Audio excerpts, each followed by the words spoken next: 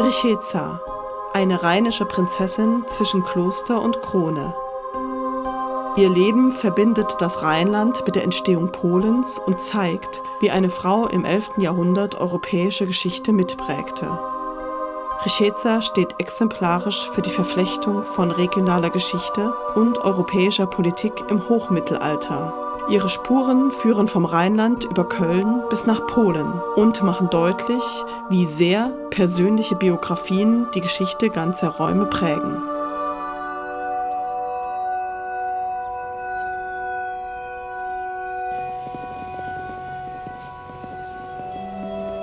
Die Geschichte beginnt im Kloster Brauweiler mit einem Traum von Richezas Mutter.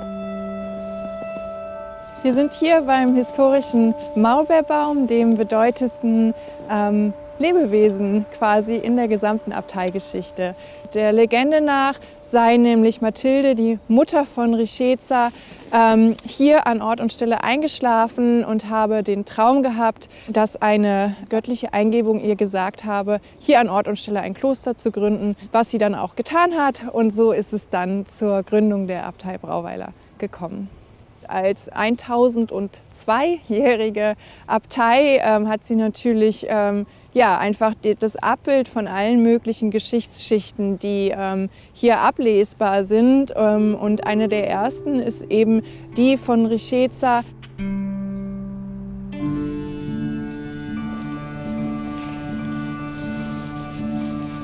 Vielleicht lohnt es sich auch, Richezas Bedeutung für Brauweiler hier direkt an dem sehr berühmten Stifterbild zu klären, weil man hier eine ganze Familienaufstellung sieht. Das Pfalzgrafenpaar hatte 10 Kinder, 3 Söhne und 7 Töchter. Man sieht hier in der untersten Zeile des Bildes, dass Richeza als einzige Tochter rechts auf der Seite mit ihren 3 Söhnen abgebildet ist. Alle anderen Töchter sind links abgebildet. Das liegt daran, dass 6 der Töchter Äbtissinnen geworden sind. Und Richeza die einzige Tochter war, die eben keinen Weg in dieser Richtung eingeschlagen hat. Richezas Weg sah vor, dass sie schon im Alter von 5 Jahren zur Heirat versprochen war. 6 Töchter werden Äbtissinnen, sie wird Königin. Im Jahr 1000 beim Treffen von Kaiser Otto III. Und dem polnischen Herrscher Bolesław in Gnesen wurde die Nichte Ottos als Braut für Bolesławs Sohn Mieszko bestimmt. Richeza, in den Quellen auch als Rixa oder Ryxa belegt, wurde um 995 geboren und gehörte zur engsten Führungsschicht des Ottonisch-Salischen Reiches. Im historischen Archiv der Stadt Köln sind Zeichnungen ihres Grabmals erhalten. Wir sind im 11. Jahrhundert, da wissen wir grundsätzlich wenig über die Menschen. Und wir können teilweise froh sein, dass wir überhaupt die Namen und die ungefähren Lebensdaten kennen. Und das gilt natürlich gerade für die Ehefrauen bedeutender Männer. Damals war das eben noch so, dass die Ehefrau im Ausnahmefall zwar eine Rolle gespielt hat, aber normalerweise hat eben der Mann geherrscht und die Frau war an seiner Seite und verschwindet daher vielfach weitgehend aus den Quellen. Und insofern wissen wir auch von Richeza wenig oder viel weniger, als wir uns wünschen würden, aber doch eine ganze Menge mehr als von vielen anderen Frauen vergleichbaren Status in ihrer Zeit. Richeza war keine Randfigur. Sie war ein politisches Instrument und eine politische Akteurin. Man sieht hier die Rauten, das ist das Wappen der Pfalzgrafen, also der Familie Richezas. Auch Lilien sehen wir, königliches Insignium. Wahrscheinlich versammelt sich in diesem Wappen der hohe Adel des 11. Jahrhunderts.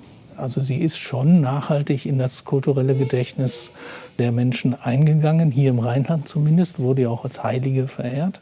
Und ja, das ist der Grund, warum wir überhaupt vom Grabmal Kenntnis haben und warum auch dann ihr Grabmal, nachdem die Kirche Maria ad Gradus abgerissen wurde, in den Dom transferiert wurde. Das hätte man nicht für jemand Unbekanntes getan. Nach Richezas Tod im Jahr 1063 entwickelte sich ein langwieriger Konflikt um ihren Leichnam. Kloster Brauweiler und das Erzbistum Köln beanspruchten gleichermaßen das Recht auf Bestattung. Der Konflikt war Teil eines größeren Streits um das Erbe und endete erst Jahrzehnte später mit finanziellen Ausgleichszahlungen. Dabei ging es nicht nur um finanzielle Fragen, sondern um symbolische Macht. Wer über den Leichnam verfügte, beanspruchte auch die Erinnerung an Richeza und damit ihre politische und dynastische Bedeutung. Das Grabmal wurde im Laufe der Zeit viele Male geöffnet. Ein erstes Mal wissen wir, dass es im 17. Jahrhundert geöffnet wurde. Und da wird auch sehr ausführlich beschrieben, wie es aussah. Insbesondere das Haupt von Richeza war sehr, sehr gut erhalten, inklusive auch noch eines Nasenknorpels und der Haut über der Nase, sodass man so ein bisschen auch auf ein sehr schönes Äußeres der Königin schließen konnte. Sie war eher von kleiner Statur. Und damals war das Haupt noch sogar mit einer Krone geschmückt, die leider Gottes im Laufe der Zeit verloren gegangen ist. Väterlicherseits stammte Richeza aus einer hochadeligen Familie, die hier am Niederrhein und an der Mosel vor allem reich begütert war. Ihr Vater war Etzo, Pfalzgraf in Lothringen, und mütterlicherseits stammte sie aus noch höherrangigem Hause und damit aus dem Geblüt quasi des deutschen Herrschaftshauses. Besser ging es im Mittelalter hierzulande, glaube ich, gar nicht.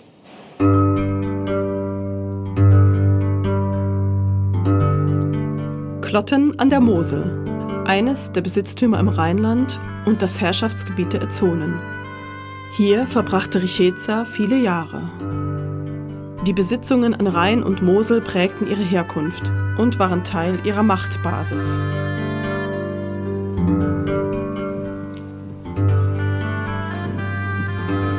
Ja, die Klottner sind besonders stolz natürlich im Vergleich zu den anderen Dörfern, da sie behaupten dürfen, wir sind das Dorf einer Königin.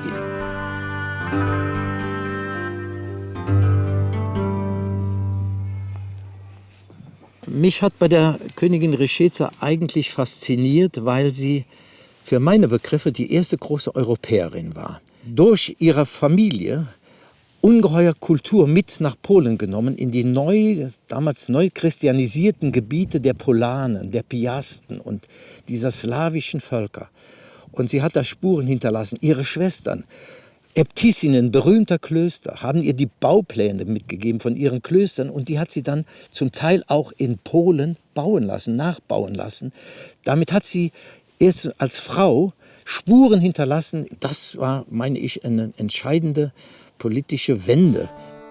Erst 13 Jahre nach dem Eheversprechen heiratete Richeza den späteren polnischen König Mieszko II. Diese Verbindung war Teil einer bewussten Reichspolitik. Dynastische Ehen sollten das junge polnische Herrschaftsgebiet enger an das christlich-lateinische Europa binden. Sie nutzte ihre Position als Königin und stärkte das Christentum in Polen. Klöster wie das Benediktinerkloster Tyniec bei Krakau stehen bis heute für diesen kulturellen Transfer. Richeza wurde zur Vermittlerin zwischen Ost- und Westeuropa. Nach dem Tod ihres Mannes 1034 geriet Polen in eine schwere Krise. Richeza floh ins Rheinland. In Klotten lebte sie etwa von 1040 bis 1047. Sie blieb jedoch politisch aktiv, und mit ihrer Unterstützung gelang es ihrem Sohn Kasimir, die polnische Herrschaft zu stabilisieren. Ein Wendepunkt in der frühen Geschichte des polnischen Königreichs. So, wir gehen an die Reliquie unserer lieben polnischen Königin Richeza. Die Reliquie Richezas, ein Teil einer Rippe, erinnert bis heute an ihre Bedeutung. Ein Mädchen aus dem Rheinland, eine junge Frau, die nicht wusste, was auf sie zukommt, wird polnische Königin. Und das ist etwas, was die Geschichte geprägt hat, die europäische Geschichte.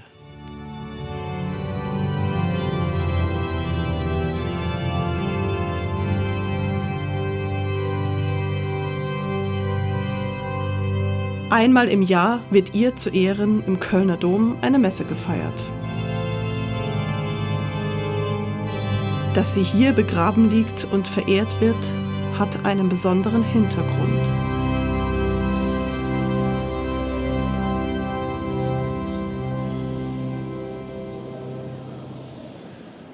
Das Grab ist wahrscheinlich für die meisten Touristen, die hierher kommen, relativ unspektakulär und sie werden ohne große Beachtung an ihm vorbeigehen.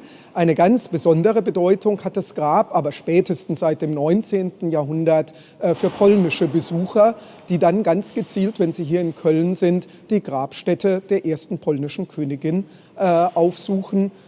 Und daher ist hier auch etwas ganz Besonderes. Das Domkapitel wünscht im Dom, weil man einer Musealisierung nicht nachgeben will, keine Beschilderungen. Aber tatsächlich ist diese Kapelle die einzige Kapelle, wo man eigens für die polnischen Besucher eine Inschrifttafel angebracht hat, die auf deutscher und polnischer Sprache auf das Grabmal von Rycheza hinweist.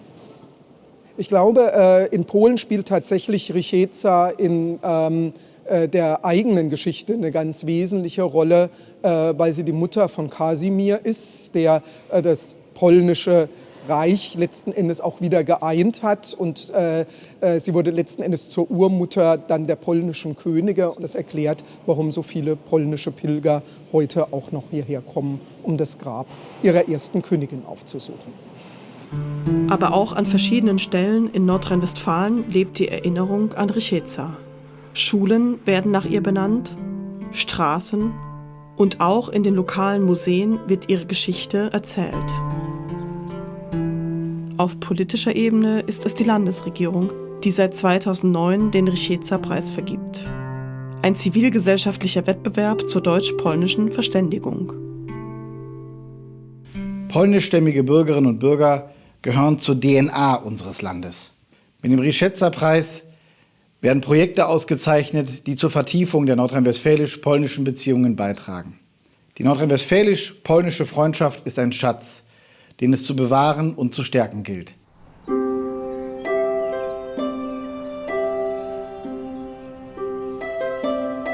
Dass das ursprünglich für Rycheza vorgesehene Grab in Brauweiler leer blieb, ist Ergebnis einer bewussten machtpolitischen Entscheidung.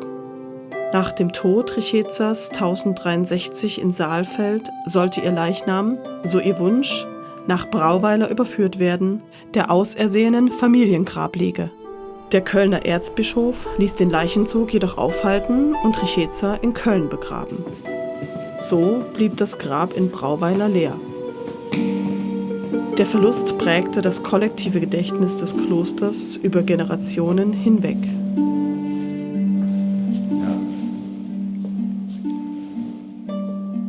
Die Rycheza hat sich hier in der Wand ihr Grab vorbereitet. Hier sieht man das Grab der Rycheza, aber dieses Grab ist leer geblieben.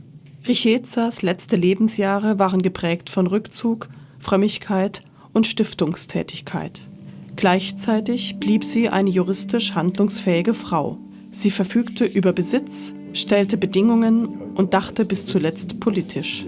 Ihr Leben zeigt, wie Handlungsspielräume hochadeliger Frauen im 11. Jahrhundert konkret genutzt werden konnten. Stimmt auch, dass immer mehr Leute auch nach ihr fragen. Und immer wieder treffen wir hier auch Gruppen, kleine Gruppen oder Familien an. Rycheza war auf der einen Seite eine sehr beeindruckende Persönlichkeit, eine beeindruckende Frau, auch aus der Zeit. Ich finde es sehr cool irgendwie, auch als einzige der Schwestern an der Seite ihrer Brüder gleichwertig dargestellt zu werden. Sie hat auf jeden Fall ihr Leben in dem Maße selbstbestimmt gelebt, in dem es ihr möglich war. Und hat dann aber auch zu einem gewissen Zeitpunkt, nämlich dann, als sie Witwe wurde, ein bisschen Abstand genommen zu ihrem alten Leben und sich in einem gewissen Maße auch zurückgezogen, aber auch eben auf ihre eigenen Interessen und Vorlieben konzentriert. Daher jetzt vielleicht nicht die schillerndste Person, aber eine sehr durchsetzungsstarke Frau.